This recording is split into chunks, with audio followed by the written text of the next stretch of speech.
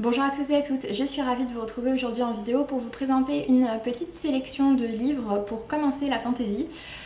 C'est un genre que pour ma part j'apprécie énormément, même si c'est vrai que c'est un genre qui peut également faire peur à certaines personnes. Tout de suite quand on voit fantasy, on voit des livres énormes avec des descriptions qui n'en finissent plus, mais je vous assure que ce n'est pas le cas pour tous et du coup voilà, c'est ce que je vais essayer de vous montrer avec cette vidéo pour vous donner un petit peu des idées de lecture. Si vous souhaitez commencer la fantasy, j'ai fait une sélection qui est quand même assez large pour pouvoir vous présenter des choses qui peuvent correspondre à tout le monde. Donc voilà, j'espère que ça va vous plaire. Et donc cette vidéo s'inscrit dans le cadre du challenge du mois de la fantasy qui a été créé par Stéphanie donc de Piketty Bookin. Et il s'agit tout simplement durant le mois de mai de lire des livres de fantasy. Donc voilà, rien de plus simple. Et donc après avec les livres qu'on lit, ça valide des catégories, on a des points, enfin bref voilà. Mais je vous mettrai la vidéo de Stéphanie pour avoir plus d'informations sur ce sujet-là et si vous souhaitez y participer. Donc voilà, et puis je vous mettrai également en barre d'informations une autre vidéo que j'avais faite et qui parlait un petit peu des différents genres de l'imaginaire et des sous-genres qu'on pouvait trouver dedans, qui réexplique bien la différence entre fantasy, fantastique, science-fiction, etc. Donc voilà, si vous voulez voir ça, je vous laisse aller en barre d'informations également. Donc du coup, aujourd'hui on va parler uniquement de fantasy, donc du coup de livres avec des éléments magiques et qui se passent dans des univers qui ont été complètement créés et qui n'existent pas. Donc voilà. Du coup, pour ma part, ma première grosse recommandation, et c'est la principale, il s'agit tout simplement de lire en fantasy ce que vous aimez lire de manière générale. Du coup, si vous avez tendance à lire plutôt de la jeunesse, que ce soit parce que vous êtes jeune ou tout simplement parce que vous aimez la jeunesse, eh bien je vais vous recommander d'aller lire de la fantasy jeunesse. Si vous aimez les romans adolescents, d'aller lire de la fantasy adolescente, et si vous aimez les romans historiques, d'aller lire des fantaisies historiques, enfin voilà. Donc voilà, il y a vraiment pour tous les genres. Si vous aimez par contre les romans vraiment descriptifs de manière générale, ou les romans historiques, peut-être ce genre de choses, pourquoi pas aller directement faire de la fantasy descriptive également, même si c'est vrai que c'est peut-être ce qui fait le plus peur à la majorité des personnes. Mais si vous avez l'habitude de lire des livres assez longs, que vous aimez les descriptions, eh bien vous vous régalerez avec ce genre-là. Du coup, c'est parti, on va commencer tout de suite et je vais commencer avec la fantasy jeunesse. Pour ma part, j'ai découvert la fantasy avec la série Les Chroniques de Narnia. Donc ici, c'est le premier tome, Le Neveu du Magicien de C.S. Lewis. Je l'ai découvert à l'occasion de la sortie du premier film et donc j'avais 9 ou 10 ans, quelque chose comme ça, donc ça remonte pas mal. Et du coup, voilà, c'était vraiment mon premier pas dans le monde de la fantasy. Ça a vraiment été un bon souvenir pour moi, même si je suis pas venue à bout de la série de livres. J'ai décroché au bout d'un moment, je trouvais que c'était un petit peu trop répétitif. Mais en tout cas, ça reste quand même une série plutôt sympa et pourquoi pas commencer avec ça. Après, depuis entre-temps, il est sorti beaucoup d'autres choses en termes de fantasy jeunesse et c'est un genre qui a tendance vraiment à s'étendre. Donc du coup, je vais passer à mes petites recommandations de livres que j'ai lus entre-temps et pas quand j'étais autour de mes 10 ans. La première d'entre elles, il s'agit d'un petit coup de cœur pour moi, il s'agit du Chagrin du Roi Mort de Jean-Claude Morleva. C'est un roman donc, de fantasy en tome unique, en sachant que la fantasy c'est vrai qu'il y a souvent des séries, pas forcément toujours très longues, même si ça peut arriver. Mais en l'occurrence, voilà, c'est un tome unique, c'est un roman jeunesse, il fait 445 pages en poche, en sachant que c'est bon, quand même écrit assez gros. Et c'est une histoire que j'avais trouvée juste magnifique. C'est l'histoire de deux frères qui sont élevés, enfin deux petits garçons qui sont élevés ensemble. Oui, si, c'est des frères. Donc à terre, une petite terre qui a un royaume complètement glacé, sauf que l'un des deux va se faire enlever et l'autre donc va partir à sa recherche quand il va un petit peu plus grandir, puisque voilà, il cherche vraiment ce frère qu'il a perdu quand il était jeune. Et on va vraiment avoir toute une histoire d'amour également dedans, une histoire avec des trahisons, ce genre de choses. Enfin vraiment c'était un récit que j'ai trouvé très très touchant. C'est superbement bien écrit, mais en même temps c'est très accessible. Donc voilà, vraiment une grosse recommandation pour moi avec Le Chagrin du Roi Mort. Je trouve que c'est vraiment une bonne entrée en matière de fantasy. On y retrouve certains codes, pour autant c'est très attachant, c'est facile à lire. Donc voilà, je vous recommande. La seconde recommandation que j'ai, c'est le seul livre de cette sélection que je n'ai pas lu. Il s'agit de Souvenirs perdus de Samantha Bailey. Samantha Bailey, c'est une auteure que j'aime beaucoup, que ce soit en imaginaire ou pas. Et du coup, voilà, j'avais vraiment envie de placer ce roman-ci ici. C'est pas sa série la plus connue, mais donc voilà, c'est une série de fantasy qui se passe sur une île avec un léviathan qui protège l'île et une jeune étrangère qui va s'y retrouver projetée. C'est une série que j'ai très très hâte de lire, c'est pour vous montrer juste un petit peu que voilà, au rayon jeunesse, on trouve pas mal de ce genre d'histoires. Qui sont en fait de la fantasy. Il suffit un petit peu de chercher au niveau du résumé. Si ça a l'air de parler d'un monde qui n'existe pas, déjà, probablement c'est de la fantasy. Ensuite, donc voilà, j'ai vraiment hâte de lire ça, je vais le lire ce mois-ci, je pense, pour le challenge. Et pour ma dernière recommandation en termes de fantasy jeunesse, il s'agit des Sœurs Carmine de Ariel Holtz, donc le premier tome, Le complot des corbeaux. Pour le coup, il s'agit ici de l'urban fantasy, donc de la fantasy qui se passe en ville. C'est pas le genre de fantasy que je lis forcément le plus, surtout dans ce genre d'univers qui est quand même assez évolué avec des grandes maisons, enfin voilà, ce genre de choses. C'est pas forcément ce que je lis le plus, j'ai plus tendance à lire de la fantasy un peu plus médiévale, enfin qui se passe dans des choses un peu plus anciennes, des contextes plus anciens, mais c'est vrai que j'ai bien aimé cette série, puis c'est une série qui fait énormément parler d'elle, donc voilà, je vous recommande ça, c'est très sympa, ça se lit facilement, c'est assez drôle, et en même temps on a l'univers d'urban fantasy assez sombre et plutôt typique du genre je trouve, donc voilà, je vous recommande. Ensuite, on va passer à la fantasy adolescente et pour le coup, on va commencer pareil avec 3 livres que moi j'ai lus quand j'étais adolescente et ensuite je vous parlerai de romans qui sont sortis depuis.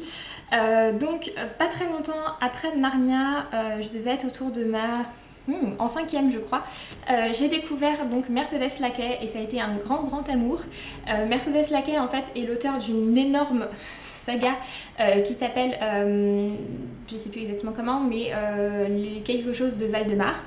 Et dans cette énorme saga de Valdemar, il y a en fait plusieurs trilogies qui se passent à des temporalités différentes et du coup voilà, c'est vraiment des personnages différents à chaque fois, même si c'est dans le même univers, donc il y a parfois des choses qui sont un petit peu liées. Et donc pour ma part, j'avais commencé avec cette trilogie-là, donc la trilogie Les Héros de Valdemar, avec le premier tome Les Flèches de la Reine. Vous ne les trouverez a priori plus dans cette édition-ci chez Milady. Par contre, ils existent maintenant en intégrale, donc à chaque fois ils ont regroupé les 3 tomes des trilogies ensemble. Et du coup, cette série-là, vraiment, ça avait été pour moi un très gros coup de cœur. En fait, dans celui-ci, on retrouve une jeune fille qui s'appelle Talia et qui va être... un grand cheval blanc va venir la voir, c'est un compagnon, et si un enfant est choisi par un compagnon, ça veut dire qu'il va devenir un héros de Valdemar, et donc du coup voilà, qui va faire partie en quelque sorte de la garde de la reine. Et du coup, elle va commencer tout son apprentissage suite à ça, et on a également toutes les menaces qui pèsent sur le royaume, enfin ce genre de choses. C'est vraiment un roman très sympa. C'est plutôt adolescent, mais voilà, il se passe quand même des choses assez violentes des fois dedans. Et puis, mais c'est vraiment une série très sympa. Et ce que je trouve très chouette avec cette série, c'est que autant cette trilogie-là est très accessible, autant il y en a d'autres, soit parce qu'elle se passe dans des univers beaucoup plus anciens, soit qui se passent après et qui sont plus compliqués à lire. Donc voilà, pour moi c'était vraiment très bien de ce côté-là, puisque j'ai lu du Mercedes Lackey sur une période de 2-3 ans et c'est une période dans laquelle on évolue pas mal quand même entre la 5e et la 3e. Et du coup voilà, c'était des livres qui suivaient un petit peu ça, donc j'avais commencé avec ceux-là qui étaient assez faciles à lire, plutôt gentils. Et puis après il y a d'autres livres qui sont plus complexes, avec des histoires vraiment plus travaillées. Donc voilà, il y en a un petit peu pour tout le monde, mais je vous conseillerais de commencer quand même par celle-ci. Ensuite, une autre saga que j'ai lue, une trilogie pour le coup, il s'agit de la trilogie Leyland de Magali Segura. Et en fait, c'était un libraire qui me l'avait conseillé puisque j'attendais désespérément la sortie des prochains Mercedes Lackey et il m'avait dit voilà, en attendant, tu peux lire ça. Et du coup, j'avais beaucoup aimé. Pour le coup, c'est un roman de KPDP, donc qui se passe dans un univers un peu mousquetaire, on va dire, avec des combats, une jeune femme au milieu de tout ça. Enfin, c'était quelque chose d'assez mystérieux qui jouait pas mal sur les illusions. C'est une série que j'avais vraiment dévorée, je l'avais lue je crois en 3 jours et voilà, ça reste un très bon souvenir de lecture pour ma part. Pareil, maintenant c'est disponible uniquement en intégrale, ces vieux formats-ci n'existent plus. Et pour la dernière série que j'ai lue quand j'étais pareil plutôt au collège, enfin en tout cas je l'ai commencé au collège puisque les derniers tomes sont sortis quand j'étais au lycée, il s'agit de Eragon de Christopher Paolini. Alors c'est une série qui est très classique dans le genre de la fantasy. C'est vrai que les tomes sont assez longs et qu'il y a pas mal de descriptions dedans, mais si vous avez déjà lu d'autres choses avant, je peux vous conseiller d'aller voir quand même de ce côté-là. Donc c'est l'histoire, je pense que tout le monde la connaît, d'un jeune garçon qui s'appelle Eragon et qui va tout simplement trouver un œuf de dragon et dedans il y aura donc Saphira et avec son dragon en gros ils vont décider d'aller renverser l'Empire, pour faire simple. Et donc voilà, c'est vraiment une série que j'ai beaucoup aimé. C'est vrai que le tome 2 a plutôt moins plu que les autres de manière générale, il est un petit peu plus lent, il se passe moins de choses dedans, c'est un peu moins intéressant. Par contre le tome 3 pour moi est vraiment mon préféré, c'est un énorme coup de cœur, donc Brisingr qui se passe chez les elfes, et le tome 4 j'ai beaucoup aimé aussi, donc voilà. C'est vraiment une série très chouette. Les tomes 3 et 4 sont un peu plus adultes que les premiers tomes, mais vraiment je vous recommande. Et je trouve ça juste méga bluffant à chaque fois quand je me souviens que les premiers tomes d'Eragon ont été écrits par un adolescent de 15-16 ans. Je trouve ça juste assez impressionnant. Et ensuite, donc, on va passer à ce qui est sorti depuis en fantasy adolescente et du coup aux recommandations que je peux vous faire. Du coup, c'est des romans qui sont classés en adolescent mais qui sont pas forcément cloisonnés de ce côté-là. Ils pourraient être, je trouve, édités en adulte et ce serait quand même tout à fait cohérent. Le premier d'entre eux, il s'agit de la fameuse série Les fiancés de l'hiver, donc La passe miroir de Christelle Dabos. Pour ma part, je les ai aux éditions Folio Adultes parce que je les trouvais plus jolies, mais ils existent aussi donc chez Gallimard Jeunesse avec la couverture bleue pour le premier tome en grand format et en poche. Pour ma part, j'ai lu que les 2 premiers pour l'instant. C'est une série qui fait énormément parler d'elle. On suit une jeune fille qui s'appelle Ophélie, qui est un petit peu maladroite et qui vit sur une arche. Chaque arche en fait a des pouvoirs particuliers, il y a un esprit de famille qui la dirige, etc. Et en fait, elle va se retrouver envoyée sur une autre arche pour être mariée avec Thorn, un garçon qu'elle ne connaît pas du tout et qui a l'air assez taciturne. Donc voilà, elle n'est pas spécialement contente. C'est une série qui fait énormément parler d'elle. Pour ma part, je l'ai plutôt bien appréciée, même si, enfin, je trouve l'univers juste génial, mais j'ai un petit peu de mal avec la manière dont c'est écrit. Je trouve que c'est bien écrit, mais qu'en fait, le rythme est assez mal dosé. Je trouve qu'il se passe pas grand-chose pendant beaucoup de pages et qu'après, d'un coup, il se passe plus de choses. Donc voilà, pour cette raison-là, c'est pas forcément le livre que je vais vous conseiller si vous ne lisez pas. Par contre, si vous lisez déjà pas mal et que la taille vous impressionne pas, eh bien, allez-y. Ensuite, je vais passer à 2 sagas que pour ma part, j'associe pas mal. Ce sont 2 sagas américaines qui sont sorties à peu près en même temps en français et qui sont toutes les deux aux États-Unis publiées en adulte et en français ils sont passés en adolescent. Donc voilà, ce sont vraiment des livres qui sont à la frontière entre les deux. Et le premier, il s'agit de Shades of Magic de Willy Schwab, une série bien connue et que j'aime beaucoup beaucoup. Pour ma part, j'ai lu que le premier tome pour l'instant, le tome 2 m'attend et le tome 3 n'est pas encore sorti en français. Et donc voilà, c'est l'histoire d'un...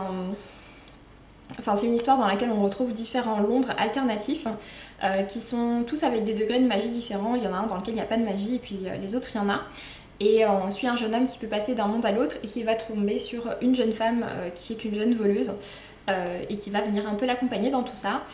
Ce qui a été pas mal reproché au roman, c'est à peu près les 100 premières pages qui sont un petit peu longues parce qu'il faut rentrer dans l'univers. Pour ma part, c'est quelque chose que j'ai beaucoup aimé puisque j'aime beaucoup la mise en place d'univers de fantasy. Mais c'est vrai que si vous lisez pas forcément beaucoup de ce genre-là, il y a juste ça qui peut un petit peu vous gêner. Ensuite, vraiment, l'histoire est très très addictive et très prenante. Mais voilà, c'est vrai que les 100 premières pages sont un petit peu plus longues. Et exactement dans le même genre, il y a également donc Six of Crows de Lace Bardugo. Pour le coup, ça se passe dans une seule ville, donc Ketterdam, qui est complètement inventée. Et dans Ketterdam, il y a un jeune garçon qui s'appelle Kaz et qui est un petit peu le chef des brigands de la ville. Et on va confier à Kaz une mission d'une toute particulière importance. Et pour ça, il va devoir constituer une équipe autour de lui. Et donc il va recruter 5 personnes pour former donc son équipe de 6 personnes. Et ils vont se lancer donc, dans ce défi-là. C'est une série qui est publiée en 2 tomes. J'ai lu les 2 tomes que j'ai adorés. Comme pour Six of Crows, c'est vrai que, comme pour Shades of Magic, pardon, c'est vrai qu'il y a un petit début qu'il faut passer puisqu'il voilà, y a l'introduction de tout ce qu'il y a dans l'univers, des enjeux et tout ça, et des différents personnages. Ça prend pareil une centaine de pages, je dirais. 100-150 pages, mais ensuite l'histoire est vraiment super addictive et super intéressante, donc voilà, je vous recommande également. Pour ma part, j'ai vraiment beaucoup aimé. Et pour le dernier que je vais vous recommander, il s'agit d'une série qui est publiée, qui est classée en adolescent, mais je trouve que pour ma part elle pourrait complètement être classée en adulte. C'est une trilogie que j'ai beaucoup aimée, il s'agit de La Voix des Oracles d'Estelle Faye, donc avec le premier tome Tia. Ils sont sortis donc chez Scrinéo en grand format et chez Folio SF pour la format poche. Et donc voilà, c'est vrai que bon, si vous me connaissez, vous savez qu'Estelle Faye est une auteure que j'adore, mais ses autres romans sont pas forcément hyper accessibles. La série La Voix des Oracles, elle est beaucoup plus, donc c'est pour ça que j'ai décidé de vous présenter celle-ci. Et donc du coup dans La Voix des Oracles, c'est de la fantasy historique qui se passe en Gaule au 5e siècle et on suit donc une jeune oracle qui va devoir se cacher et en même temps essayer de découvrir pas mal de secrets qu'il y a autour de sa famille. C'est une série que j'ai vraiment beaucoup aimé. Le premier tome est super entraînant, le deuxième tome un petit peu plus mou et le troisième tome c'est vraiment une explosion, il se passe plein de choses dedans et ça n'arrête pas. Du coup vraiment voilà, une série que je vous recommande très chaudement. Et enfin, donc on va pouvoir passer à la fantasy adulte, même si du coup voilà, la frontière est un petit peu mince. On va rester dans la fantaisie historique avec tout d'abord Jean-Laurent Del Socorro et plus particulièrement ici donc Royaume de vent et de colère.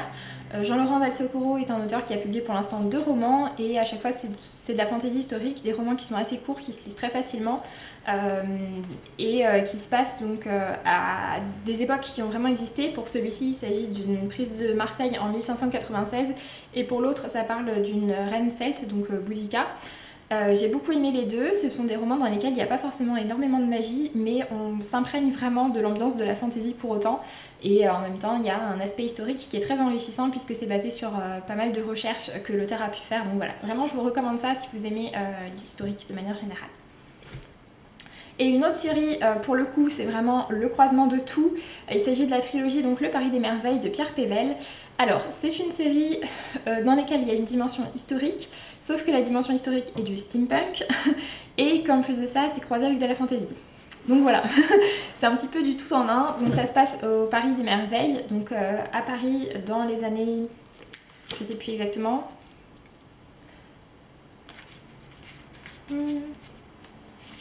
Je sais plus exactement, enfin ça se passe à Paris à la belle époque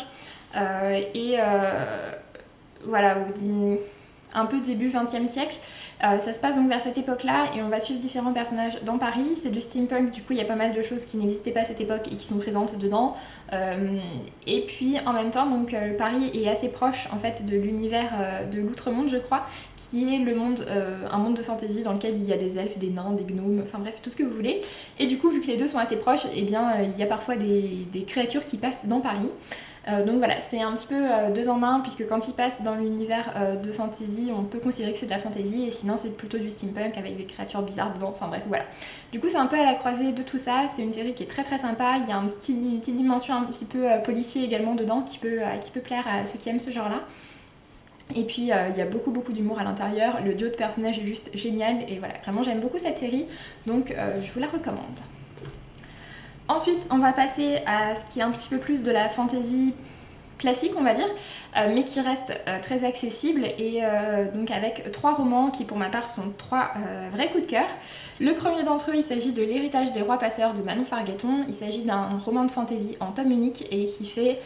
je crois 450 pages en poche, donc voilà, vraiment c'est un roman qui est très court et c'est assez rare en fantasy, d'autant plus quand voilà, toute l'histoire tient en un seul livre, et pour autant c'est une histoire qui est très complète avec pareil un passage d'un monde à l'autre, donc le monde de tous les jours et un monde de fantasy qui y répond. On parle également de dragons, de quêtes de pouvoir, de magiciens, de récupérer un trône qui appartient à une héritière, enfin voilà, donc c'est vraiment des codes très classiques en fantasy, mais c'est super accessible, c'est super addictif, c'est vraiment génial, enfin voilà, pour ma part j'ai vraiment adoré, je trouve ça très très bien pour commencer je pense la fantasy, plutôt si vous êtes un adulte ou en tout cas un adolescent assez grand qui a déjà lu d'autres romans. Une duologie cette fois-ci avec Gabriel Katz qui est un auteur bien connu en fantasy francophone. Il a publié pas mal de romans, il y a notamment sa trilogie Le Puits des Mémoires, mais elle est un petit peu plus descriptive que Aeternia. Pour le coup Aeternia c'est vraiment ce que moi j'appellerais, enfin ce que je trouve être la définition parfaite de la fantasy d'action. Je trouve qu'en termes de fantasy on a d'un côté la fantasy plutôt descriptive où on prend le temps vraiment d'expliquer tout l'univers, les enjeux, les machins, tout ça. Pour ma part, voilà, c'est la fantasy que j'adore, avec soit des enjeux politiques, des enjeux religieux, enfin bref, j'adore. Et puis d'un autre côté, on a la fantasy comme Aeternia, dans lesquelles tout ça est expliqué, mais un petit peu plus rapidement. Et par contre, c'est vraiment misé sur l'action, sur le rythme, il se passe toujours plein de choses. Et pour le coup, voilà, c'est de la fantasy du coup un petit peu plus accessible peut-être, puisqu'il n'y a pas vraiment de longueur dedans. Et donc voilà, Aeternia c'est une duologie que j'ai vraiment adorée. On y suit un ancien champion d'arène qui s'appelle Les Marek qui décide de prendre sa retraite et de partir avec ses enfants dans une ville paisible, sauf qu'entre temps il va lui arriver quelques petites choses et il va se faire embarquer par une sorte de secte religieuse, on pourrait dire ça comme ça. Donc voilà, c'était vraiment très sympa, je vous recommande la découverte, c'est vraiment de la fantasy typique pour moi et je trouve ça très sympa. Et pour terminer cette vidéo, je suis désolée si elle aurait été un petit peu longue, je vais vous reparler de Samantha Bailey, cette fois-ci avec sa duologie Oraison. Donc voilà, comme ça peut faire un peu grosse brique, mais en fait il y a 2 livres à l'intérieur, du coup ils font à peu près 350 pages chacun. C'est de la fantasy qui est vraiment très accessible, ça peut être lu par contre pour le coup par également des adolescents, je sais pas trop si c'est considéré comme de l'adolescent ou de l'adulte, mais voilà, c'est un texte de fantasy dans lequel on a un univers qui est créé, qui est en plusieurs îles, et on suit 3 sœurs. En fait, l'une des 3 sœurs va se faire assassiner et les 2 autres vont vraiment chercher à savoir ce qui s'est passé pour la 3e, mais elles vont chacune mener des destins très différents et faire les choses de manière très différente, puisqu'au départ elles ne sont pas au même endroit, donc elles ne communiquent pas entre elles. Et voilà, pour essayer de venger leur sœur. C'est un texte qui est très complet, surtout le second tome, vraiment j'ai méga adoré, j'avais déjà adoré le premier tome, mais alors le second tome ça a vraiment été un coup de cœur. Je trouve qu'à l'intérieur ce qui est super intéressant c'est vraiment la dimension politique et religieuse qui est mise en place par Samantha Bailey. C'est super creusé, c'est super poussé, et pareil ça, Samantha Bailey l'a écrit quand elle était super jeune et je trouve ça juste bluffant. Donc voilà, je vous recommande très fortement également la découverte d'Horizon. Sur ce, j'en ai donc fini avec cette vidéo, j'espère qu'elle vous aura plu, qu'elle n'aura pas été trop longue et qu'elle vous aura donné quelques petits conseils de lecture. Sur ce, je vous laisse et je vous dis à très bientôt. Salut!